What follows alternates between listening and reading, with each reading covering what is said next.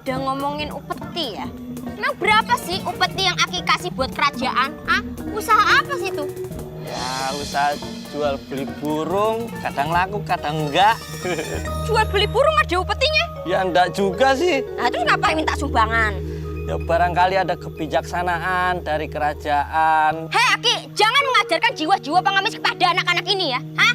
Meminta sumbangan itu hanya mendidik anak-anak menjadi pengemis. Ya maaf, saya cuma tanya, barangkali ada bantuan. Putri Memei, ayo kita jalan lagi. Aku mau main. Nanti dimarahin Bunda kalau main sama anak kampung. Bunda melarang kok main sama anak kampung. Mbak Umi yang larang. Ayo ikut. Aku mau main. Bayu ini lagi ditugaskan oleh